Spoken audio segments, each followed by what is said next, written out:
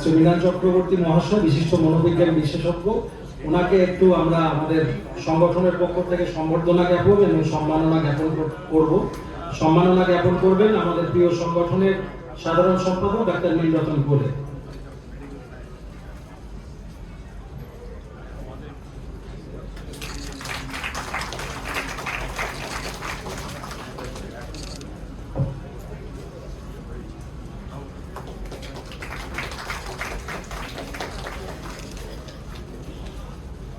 ধন্যবাদ।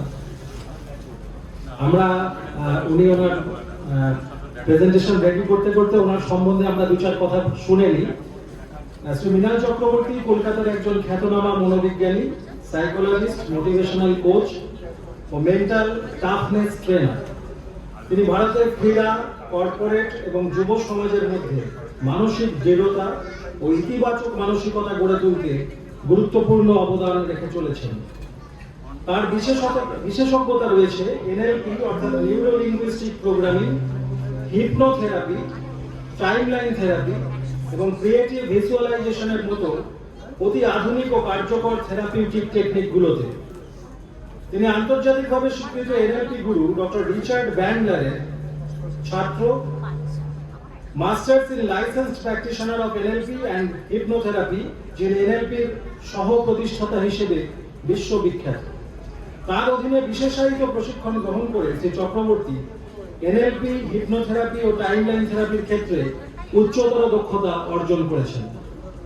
শ্রী চক্রবর্তী একজন mental toughness coach হিসেবে খেলোয়াড়, কর্পোরেট ও পেশাজীবী এবং ছাত্রছাত্রীদের মধ্যে মানসিক দৃঢ়তা গড়ে তুলতে কাজ করছেন। তিনি ক্রীড়া জগতে একাধিক শীর্ষ সংস্থার সঙ্গে যুক্ত রয়েছেন, যার মধ্যে উল্লেখযোগ্যগুলি হল ভারতীয় তীরন্দাজ দল, ইন্ডিয়ান আর্চারি টিম, ভারতীয় রেলওয়ে, ইন্ডিয়ান রেলওয়েজ এবং টাটা স্টিল স্পোর্টস একাডেমি। এছাড়াও তিনি member of American psychological association PSA, member of European federation of sports psychology European union, যা তার আন্তর্জাতিক স্বীকৃতি ও গ্রহণযোগ্যতাকে আরো মজবুত করেছে। তিনি counselling, stress management, motivational speech, personality development এবং ক্যারিয়ার গাইডেন্সেও বিশেষ দক্ষতা অর্জন করেছেন। আমরা এবার শুনে নেব তার মনোজ্ঞ আলোচনা, যে বোঝে সে খোঁজে, যে খোঁজে সে পায়। আরেকটি ছোট্ট অনুরোধ, এই আলোচনা চক্রের শেষে ছোট্ট একটি প্রশ্নোত্তর পর্ব থাকবে। দর্শকরা যদি অল্প সময়ের মধ্যে কিছু দু চারটি প্রশ্ন করতে চান, একটু লিখে রাখবেন বা আমাদেরকে দিতে পারেন, আমরা সেই প্রশ্নটা করে দেবো। শ্রী চক্রবর্তী সেটি তার মতো করে নিশ্চয়ই উত্তর দেবেন। ধন্যবাদ। আলোচনা চক্র।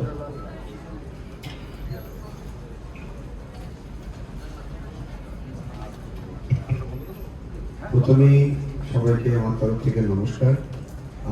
আমার খুব ভালো লাগছে আপনাদের মতন এত জ্ঞানীগুণী মানুষদের মাঝখানে আমাকে ইনভাইট করার জন্য। আপনারা অনেকে হয়তো জানেন, অনেকে হয়তো জানেন না, কুণাল আমার ভাই, আর কুণাল চক্রবর্তী। তো সেই সূত্র ধরেই আপনাদের সামনে আসা। কুণালের ভেটেরিনারি প্রফেশনের জার্নি অনেকটাই যুদ্ধ ছিল, অনেক রকম যুদ্ধ ছিল। সেই যুদ্ধ করার পর আজকে ও যথেষ্ট সফল ওর প্রফেশনে। তো যখন কুণাল আমাকে বললো যে স্যারেরা বলেছেন, আমি এক কথাই রাজি হলাম। জেনারেলি রবিবার, শনিবার আমার ব্যস্ততাটা পূর্ণ মাত্রায় থাকে, আমার বিভিন্ন কাজকর্ম থাকে। তবুও আজকে স্যারেদের বলা মাত্র আমি আমার সব কাজকর্মে রেডি করে আজকে আপনাদের সামনে। এই ধরনের ফোরামে আমি আগে বহুবার কথা বলেছি। বিভিন্ন ধরনের মানুষ আমার সামনে যখন থাকে, মানে যেটাকে ইংলিশে বলা হয় কসমোপলিটান ক্রাউড, সেখানে কথা বলাটা একটু চ্যালেঞ্জিং হয়। কোনো ইউনিভার্সিটিতে গেলে আমি একদম ফ্লোতে একটা কথা বলা শুরু করি, কোনো কর্পোরেটে গেলে আগে থেকে আমার কাছে একটা আইডিয়া থাকে যে এনাদের কি রিকোয়ারমেন্ট। কিন্তু এই ধরনের যেখানে মানুষরা রয়েছেন, যেখানে একজন 70 বছরের মানুষও রয়েছেন এবং একজন 22, 25, 26, 30 বছরের ছেলেমেয়েরা তোমরা রয়েছে। তো আমার মনে হয় আমি আলোচনা শুরু করার আগে আপনাদের কাছ থেকেই জানতে চাইবো যে আমি কি নিয়ে কথা বললে আপনাদের এই সময়টা হয়তো অনেকটা পজিটিভ ভাবে ইউটিলাইজ হবে। তো যেটা প্রশ্ন পর্ব লাস্টে উনি করতে চেয়েছিলেন, আমি যদি সেটা শুরুতেই করি, মানে আপনাদের যে কোনো কোশ্চেন আমাকে করতে পারেন, যেটা সাবজেক্ট রিলেটেডও হতে পারে বা আপনার মনে হয় প্রাসঙ্গিক আজকের এই বক্তব্যের সাথে, তাহলে আমি সেটা শুনে আমার মতন করে আমার অভিজ্ঞতা শেয়ার করব। আমার ছোট একটা পরিচয় দেবো, তার আগে আরেকটা কথা বলে দেবো। আমার হাতে কতক্ষণ সময় আছে সেটা আগে থেকে বলে দিলে আমার একটু সুবিধা হয়। স্যারেরা আমাকে একটু জানাবে কতক্ষণ আমার হাতে সময় আছে। একটা ঘটনা আমি হয়তো এই রুমে ঘটাবো, এটা সব জায়গাতেই হয়তো ঘটাই, যেটা something very unique and very something totally different, মানে নর্মাল 8-10টা স্পিচের মতো নয়। বেশ, মানে এখন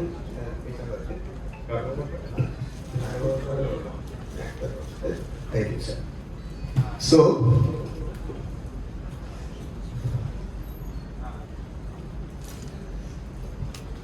আমি আশা করবো আপনাদের কাছ থেকে কোনো প্রশ্ন, এনি টাইপ অফ কোশ্চেন, সেটা ছোটরা প্রশ্ন করতে পারেন, যারা রেসপেক্টেড স্যারেরাও আছেন আপনাকে প্রশ্ন করতে পারেন, যে প্রশ্নটা আজকে সাবজেক্টের সাথে যায়। মেন্টাল স্ট্রেস, এটা মানে এটা নিয়ে কি জানতে চান? এটা একটা বিরাট বড় সাবজেক্ট। আচ্ছা, স্ট্রেস কিভাবে? আচ্ছা, ঠিক আছে, আমি লিখে নিলাম। আর কিছু?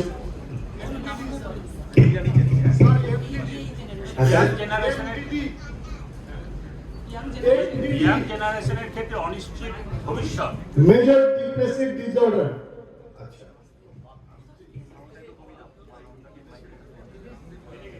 ঠিক আছে। অনিশ্চয়তা আজকের স্টুডেন্টদের লাইফের ফিউচার, তাই তো? সেখানে তাদের মাইন্ডসেট কি হওয়া উচিত, এরকম তো? ঠিক ঠিক ঠিক। আর কিছু? আচ্ছা,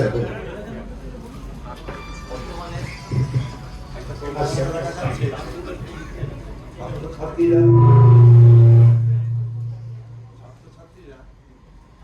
হায়ার সেকেন্ডারি পাস করার পর বিশেষ করে যেখানে সরকার বা বেসরকারি কলেজে ভর্তির জন্য অনেক রকম প্রচেষ্টা করছে, সেখানে দেখা যাচ্ছে তাদের একটা অনীহা যে ভর্তি হতে চাচ্ছে না। At the same time government কলেজগুলোতে সেখানেও দেখছি ছাত্র ভর্তি হতে পারছে না এবং যাচ্ছে না এবং প্রচুর সিট খালি থাকছে। এই জিনিসটা কেন? আচ্ছা, ঠিক আছে, বলুন স্যার, বলুন না, বলুন। ওসিডি, ওকে, ঠিক আছে। আর শিরোনাম যে খোঁজে, যে বোঝে সে খোঁজে, যে খোঁজে সে ফেরা রাইট, পায়। কি খোঁজে? জীবনের শ্রেষ্ঠ খোঁজা কোনটি? বেশ, থ্যাংক ইউ। আর কেউ? হ্যাঁ, বলুন। Mobile addiction in case of students এবং ইটস রেমেডি। সেম কোশ্চেন আমারও ছিল স্যার, কিন্তু আমি এসেছি একদম প্রত্যন্ত একটা গ্রাম থেকে। তো গ্রামের পরিস্থিতি বর্তমানে শিক্ষা দীক্ষা এবং অন্যান্য দিক থেকে অনেকটাই পিছিয়ে এবং শিক্ষার দিকে মানুষ যাচ্ছে না। টোটাল এই যে এটা কেন এবং বাচ্চাদের মধ্যে যে শিক্ষাটা দিতে হবে, টোটাল আমরা যদি ইউনিভার্সাল দেখি যে মানুষের মধ্যে একটা নৈতিক অধঃপতন ভীষণভাবে ঘটে চলেছে। তো আমার মূল প্রশ্ন হচ্ছে যে এটার কোনো সমাধান আছে কিনা। আমাদের জুনিয়র স্যারদের কাছে একটু মাইক্রোফোন পাঠান, জুনিয়র স্যারদের প্রশ্নটা তুমি একটু লিখে নিয়ে আমি আমাদের ঘুরিয়ে ফেলি। বলো বলো। স্যার, আমাদের হচ্ছে দেশে হচ্ছে টাফেস্ট এক্সাম ইউপিএসসি এক্সাম, যেটা হচ্ছে বিহার, উত্তরপ্রদেশ, সেখান থেকে বেশিরভাগ ছেলেরাই ক্লিয়ার করে, কিন্তু ওয়েস্ট বেঙ্গল থেকে কিন্তু অনেক ছেলেরাই ওই পরীক্ষাটা দিতে ভয় পায়। মানে কি করলে মানে ওয়েস্ট বেঙ্গলের ছেলেরাও মানে দেশের আইএস আইপিএস অফিসার হতে পারে?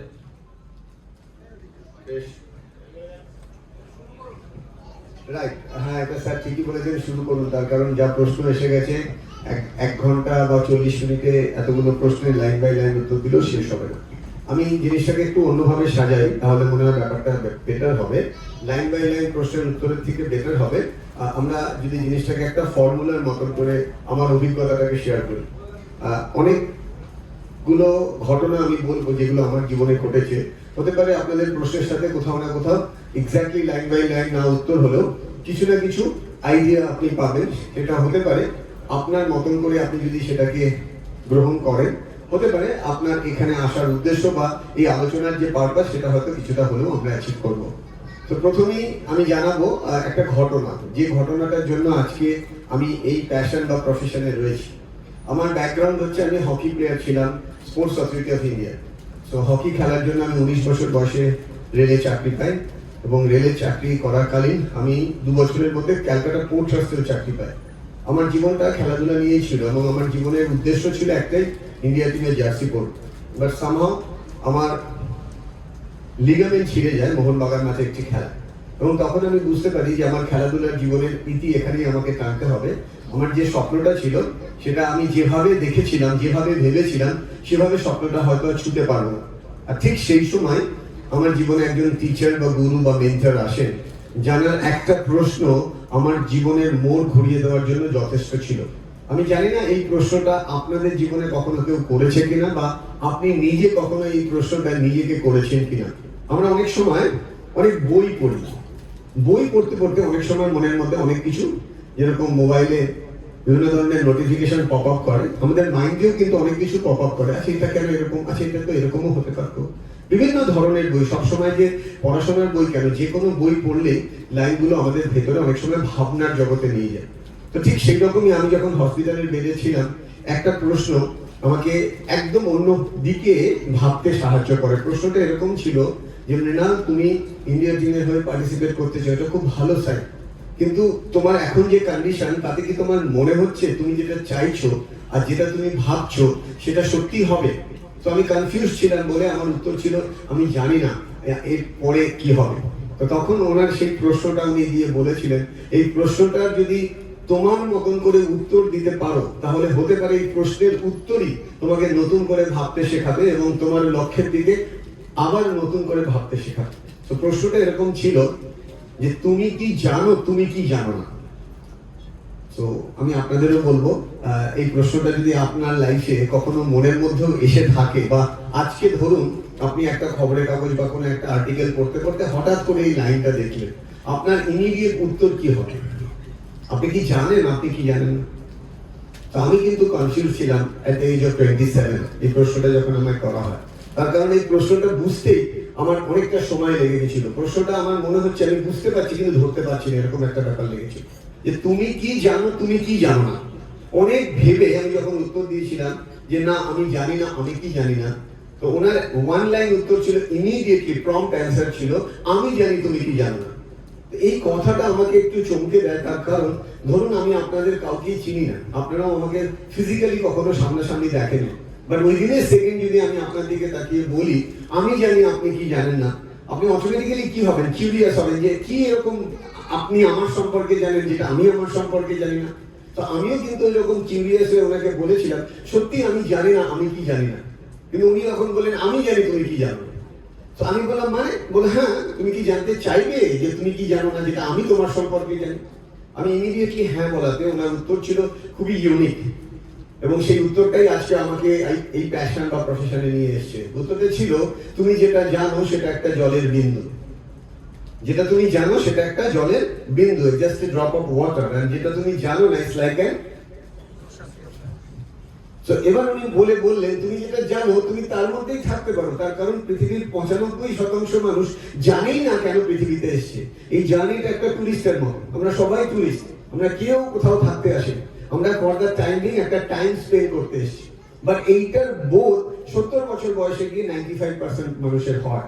তখন তারা নিজেকে নিজের আয়নার সামনে দাঁড়িয়ে অথবা মনের আয়নায় জিজ্ঞেস করে কি করলাম সারাটা জীবন, খালি রোজগার করলাম না খালি ওই 80 যাই মাইনে পাই একটা চক্রবইয়ের মধ্যে আটকে থাকলাম, বা অন্য কিছু। তো উনি যখন এইভাবে আমাকে প্রশ্ন করছেন, আমি তখন ভাবছি সত্যি তো আমি এভাবে ভাবিনি। তো তখন উনি বললেন, তোমার কাছে একটা প্রশ্ন, তুমি যেটা জানো সেটার মধ্যে ঘুরপাক খেতে চাইলে তুমি তো চাকরি করো ক্যালকাটা পোর্ট ট্রাস্টে, তুমি ওটার মধ্যেই থাকো, ভালো লাইফ, তোমার হ্যাপি লাইফ।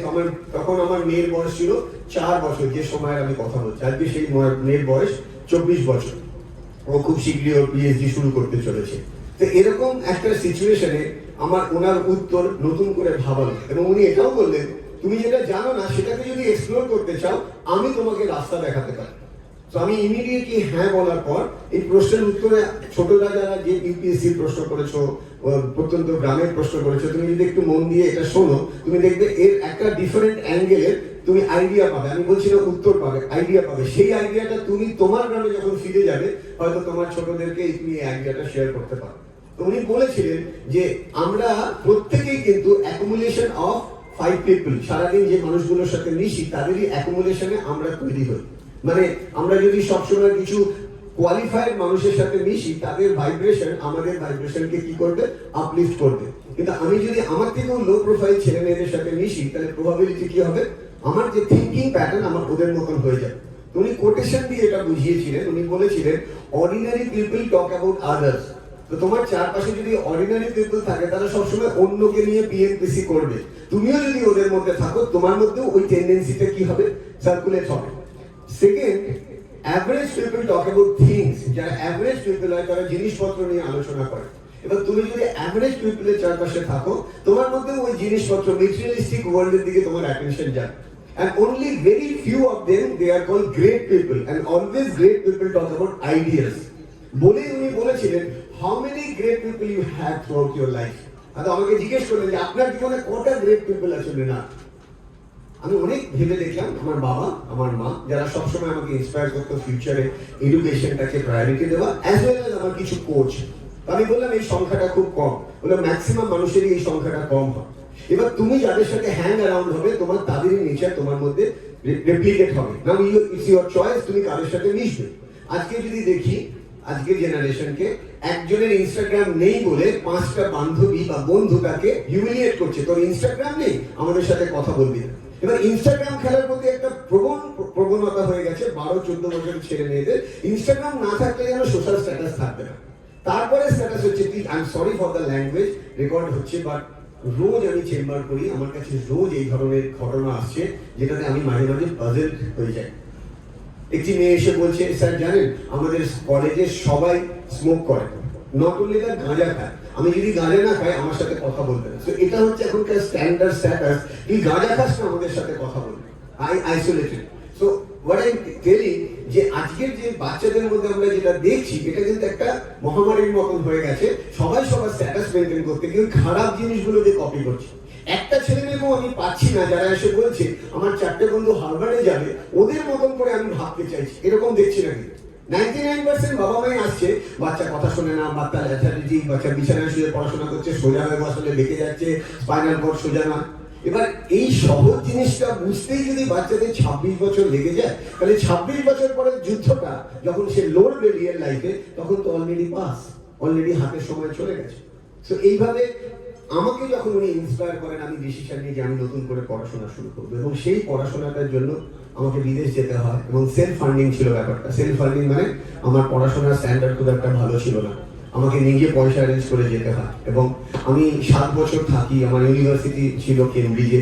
7 বছর ওখানে থাকার পর যখন ইন্ডিয়ান হকি টিমের কাছ থেকে আমার কাছে অফার আসে আমি দেশে ফিরি, এবং তারপরে প্রায় 15-16 বছর আমি ইন্ডিয়ান স্পোর্টস টিমগুলোর সাথে কাজ করে তারপরে আজকের ডেটে বিভিন্ন অর্গানাইজেশন যেরকম আইআইটি খড়গপুর, এনআইটি দুর্গাপুর এই ধরনের জায়গাতেও আমি চাই। সো যে কনসেপ্টের উপর আপনাদের প্রশ্নটা ছিল সেই কনসেপ্টটাকে যদি একটু ঘুরিয়ে বলি, আমি যদি আপনাদেরকে একটা প্রশ্ন করি, যেরকম একজন স্যার আমাকে বললেন কি খুঁজবো, তো কি বুঝবো আর কি খুঁজবো সেটার উপরে উনি আমাকে বলেছিলেন যে মৃণাল আমি তোমাকে মন্ত্র দিচ্ছি, এই মন্ত্র তোমাকে ছোটাতে সাহায্য করবে। তো তখন উনি মন্ত্র বলেছিলেন যে বোঝে সে খোঁজে, যে খুঁজে সে পায়। ইমিডিয়েটলি আমার প্রশ্ন ছিল আমি কি করে বুঝবো আমার বোঝাটা ঠিক? তার কারণ বোঝা যদি ভুল হয় তাহলে কি হবে, খোঁজা ভুল হবে, তাহলে বোঝাও ভুল খোঁজাও ভুল, তাহলে পাওয়াটাও ভুল হবে। যেরকম আজকের দিনের ছেলে মেয়েদের ইন্টেনশনই থাকে বন্ধু বানাতেই হবে এবং তার সাথে একটা স্মার্টফোন থাকতে হবে, সেখানেও আবার কম্পিটিশন, স্মার্টফোনটা যেন আইফোন থাকতে হয়। বাচ্চাদের কন্ডিশন যদি আমি 94 পাই তাহলে তোমাকে আইফোন দিতে হবে, তুমি আইফোন দিতে বাধ্য। সো বুঝতে পারছি কনসেপ্টের চ্যালেঞ্জেস গুলো কোথায়। তো উনি তখন আমাকে বারবার এটা বলছিলেন তোমার বোঝাটা ডিপেন্ড করবে তুমি নিজের ভেতরে তোমাকে কতটা চিনেছো। যেটা আপনি বলছিলেন যে কি করে খুঁজবো, বোঝা কি করে কোনটা খুঁজবো, আসল খোঁজাটা কি।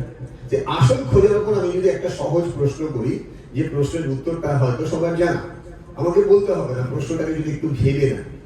প্রশ্নটা এরকম, আপনাকে যদি বলা হয় 3 জনের নাম, আপনি মনে মনে ভাবুন আপনার জন্মের পর থেকে, চেতনার পর থেকে, যেদিন থেকে আপনি বুঝেছেন আপনি ইউনিভার্সে এসেছেন, বাবাকে বুঝেছেন, মাকে বুঝেছেন, কাকু কাকিমা দাদু ঠাকুমা, সেই দিন থেকে আজ অব্দি এরকম 3 জনের নাম মনে করুন যাকে আপনি সব থেকে বেশি ভালোবাসেন। আমাকে বলার দরকার, আমি সবাইকে বলবো, অনুরোধ করবো, মনে মনে ভাবুন 3 জনের নাম যাকে আপনি সব থেকে বেশি ভালোবাসেন। এবারের প্রশ্ন হলো, এরকম 3 জনের নাম আপনি ভাবুন যাকে সব থেকে বেশি আপনি লাইফে রেসপেক্ট করেন, সম্মান করেন। আশা করি আপনারা ভেবেছেন। এবার যদি আমি সহজভাবে জিজ্ঞেস করি, টু বি অনেস্ট, এই 6টা নামের মধ্যে নিজের নাম কে কে ভেবেছে? আমি বোঝাতে পারছি ব্যাপারটা? তো আমার গুরু আমাকে বললো যে তুমি নিজেকেই এখনো ভালোবাসতে শেখোনি, তাহলে তোমার জীবনটা শুরু হলো কোথায়? তুমি অন্য কাউকে দেখাতে চাইছো যে তুমি তাকে ভালোবাসো, এইভাবে কি ভালোবাসা পাওয়া যায়? উনি এটাও আমাকে বলেছিলেন যে তুমি নিজেকে এখনো সম্মান করো না। তোমার নিজেকে সম্মান মানে আয়নার সামনে দাঁড়িয়ে তুমি কতবার বলতে পারো যে 100% অনেস্ট আমি আমার লক্ষ্যের প্রতি, আমি আমার কর্মের প্রতি, বলে উনি খুব দারুণ একটা এক্সাম্পল দিয়েছেন, যেটা এখন আমি বাচ্চাদেরও দিই, বিভিন্ন জায়গায় প্রয়োজনে আমি বলি। আমরা একটা ক্যারেক্টারের কথা জানি, মাইথোলজিক্যাল ক্যারেক্টার, যে ক্যারেক্টারটার নাম চিত্রগুপ্ত, রাইট? তো চিত্রগুপ্তের কাজটা কি? পাপ পুণ্যের হিসেব না।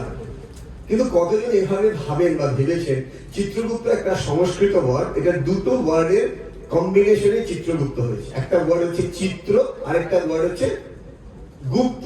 তো চিত্র মানে কি? ছবি। গুপ্ত মানে কি? হিডেন। হিডেন পিকচার মানে কি? Our subconscious mind. মানে ব্যাপারটা হচ্ছে এরকম, আয়নার সামনে দাঁড়িয়ে সবাইকে মিথ্যা কথা বলেছি, কিন্তু আয়নার সামনে দাঁড়িয়ে কি মিথ্যা কথা বলা যায়? মেসেজটা কি? মেসেজটা এটাই, আমরা সবার সামনে হয়তো লজিকে দেখাচ্ছি আমি সিরিয়াস, আমি সত্যি বলছি আমি পড়াশোনা করেছি। মা যেই দরজা খুললো, বাচ্চার ল্যাপটপ ঘুরে গেল, তুমি কেন দরজা খুলে ডিস্টার্ব করছো? এবার বাচ্চাকে আপনি প্রশ্ন করুন, তুই ল্যাপটপ ঘোরানি কেন? তুমি সবকিছুতে ইন্টারফেয়ার করবে না, তুমি আমার প্রাইভেসিতে হাত দিচ্ছ। What a help!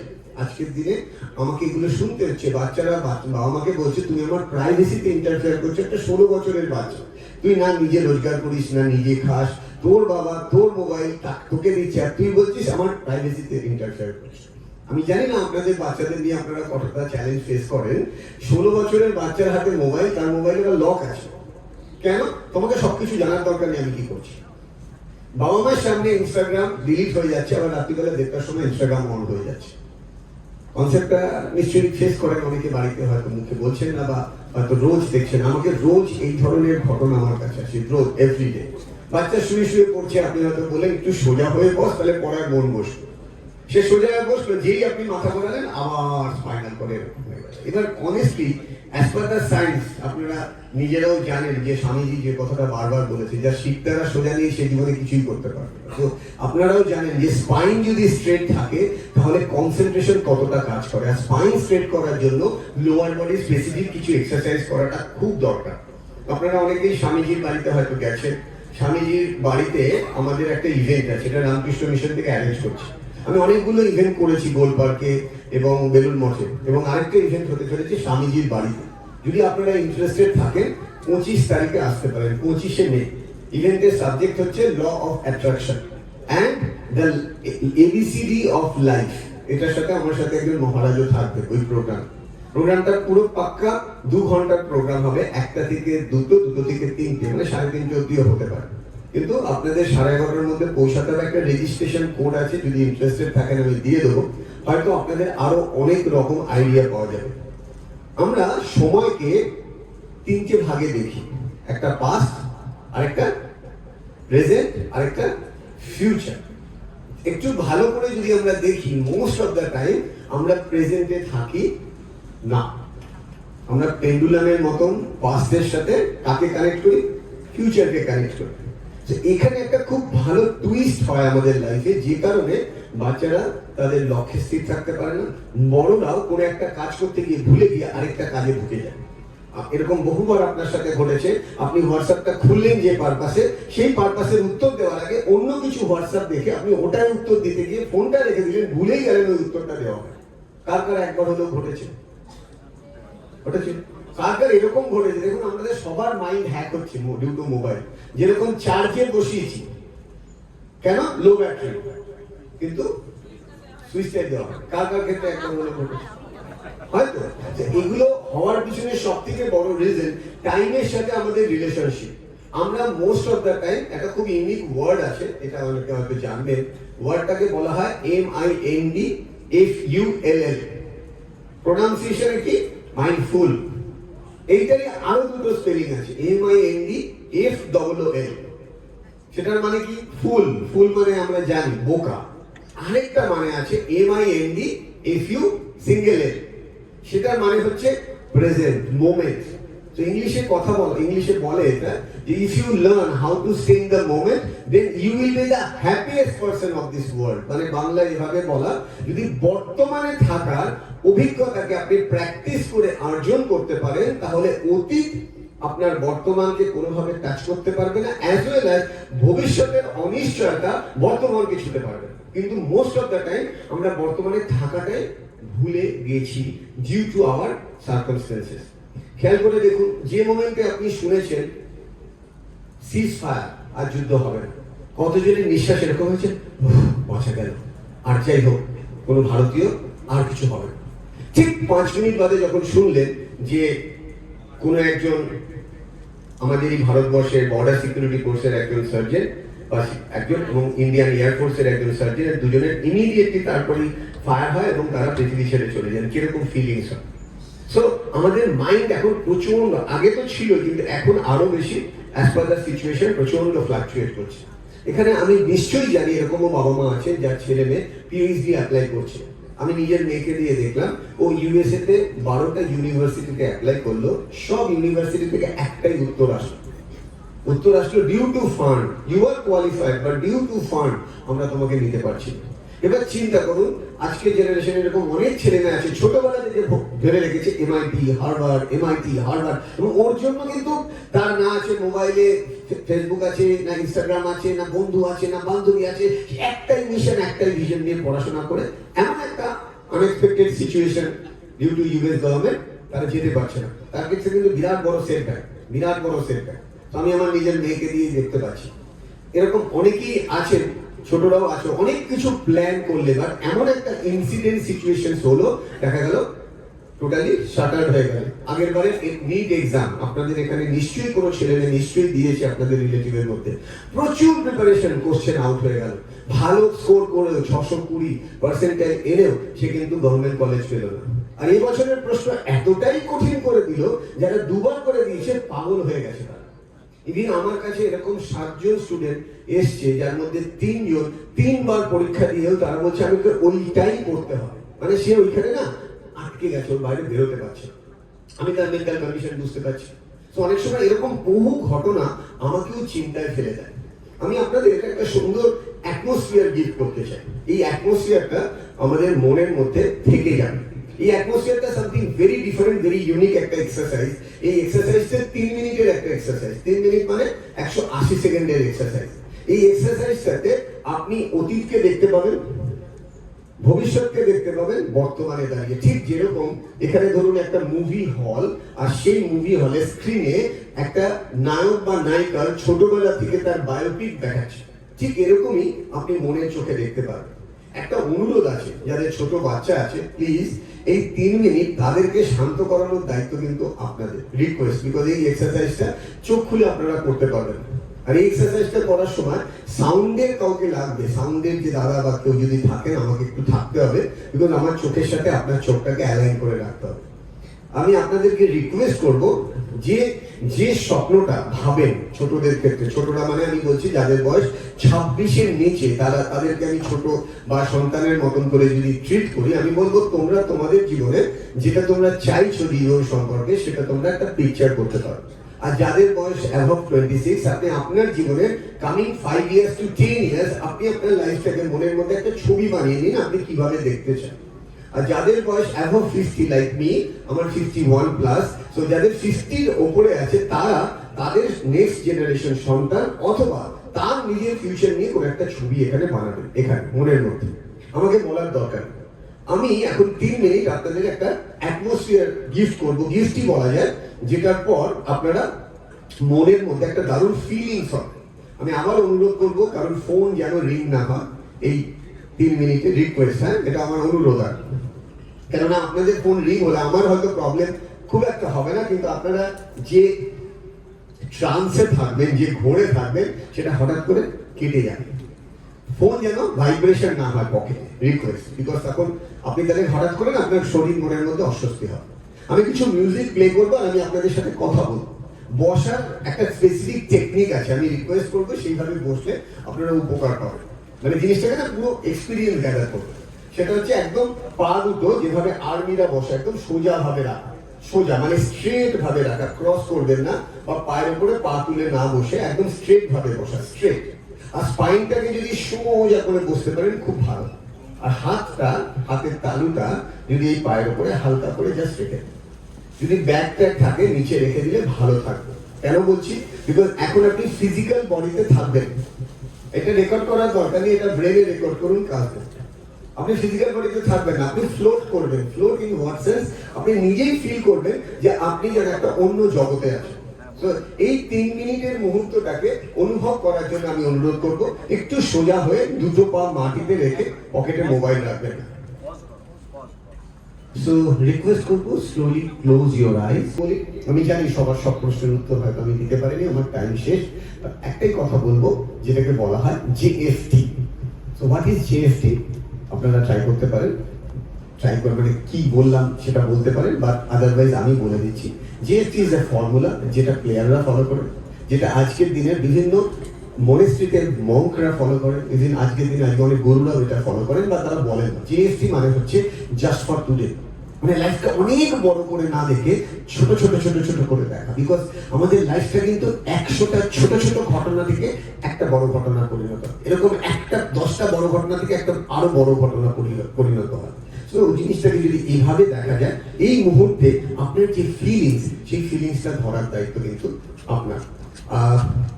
আমি জানি আপনাদের হয়তো অনেক গল্প বললে আপনারা হয়তো খুশি হতেন। আমি আপনাদের জন্য একটা গিফট নিয়ে এসেছি, সবাই আশা করি পেয়ে যাবে। যদি কোনো ভলেন্টিয়ার থাকেন আমি রিকোয়েস্ট করবো একটু ডিস্ট্রিবিউট করে দিন একটা সামান্য গিফট আপনাদের জন্য। যদি কেউ না পান, লাস্টে আমি স্যারকে দিয়ে দেবো গাড়ি থেকে।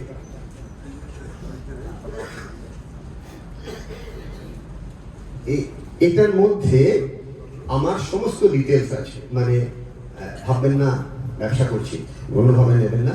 এটা আমি চেষ্টা করি মানুষের সাথে কানেক্ট থাকা, সেই কানেকশনের একটা উপায় বলতে পারে ইউটিউবের চ্যানেল, বা যে ধরনের চ্যানেলের মাধ্যমে মানুষ আমাকে খুঁজে পায়, সেই চ্যানেলের ডিটেলস এখানে দেওয়া আছে, অ্যাজ ওয়েল অ্যাজ আমার ফোন নাম্বারও দেওয়া আছে। তো যদি কখনো মনে হয় যে ঠিক পেট ভরলো না, মন ভরলো না, অনেকের মনে হতে পারে এই তো সময় ঘুট করে কোথা থেকে চলে গেল, আপনি কি একটা করালেন, টাইম শেষ হয়ে গেল।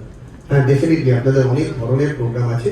তো ভবিষ্যতে যদি আরেকটু বেশি সময় আপনারা আমাকে দেন, তাহলে হয়তো আরো ডিটেলসে আমি নিশ্চয়ই আপনাদের মনের মধ্যে ঢোকার চেষ্টা করব। একটাই কথা বলবো, যারা আজকে নতুন জেনারেশন UPSC বা বড় বড় স্বপ্নের কথা ভাবছো, তাদের জন্য একটা এক্সাম্পল দিতে পারি। আমি সিনিয়রদেরও বলবো এই এক্সাম্পলটা আপনারা বাচ্চাদের দেখাতে পারেন। আমি রিকোয়েস্ট করবো প্রত্যেককে হাতটাকে, এই আঙুলটাকে এইভাবে রাখা, মানে আমাকে আঙুলের ফাঁক দিয়ে আপনারা দেখুন, একটা অনুরোধ আর কি, জাস্ট আপনাদের সবাইকে অনুরোধ করবো আঙুলের ফাঁক দিয়ে আমাকে দেখুন।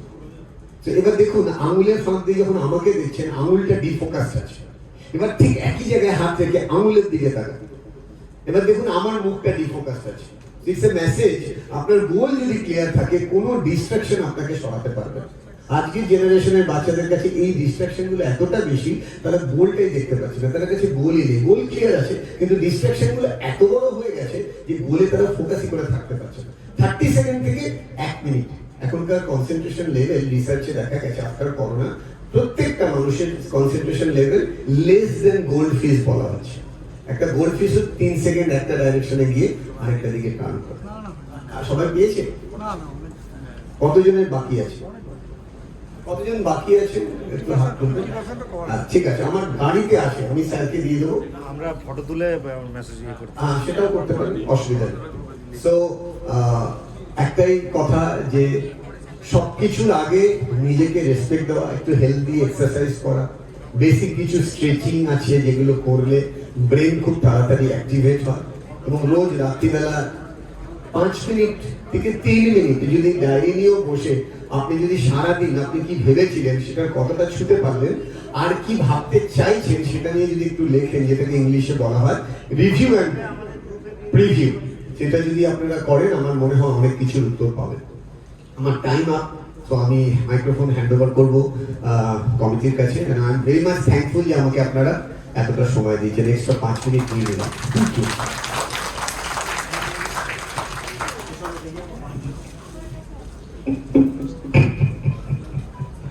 আমরা গত পরশুদিনই 25শে বৈশাখ কবিগুরুর জন্মদিন পালন করেছি, এখনো তার রেশ রয়েছে। তার কথা রেশেই বলতে চাই, অন্তরে অতৃপ্তি রবে, সাঙ্গ করি মনে হবে, শেষ হয়েও হইল না শেষ।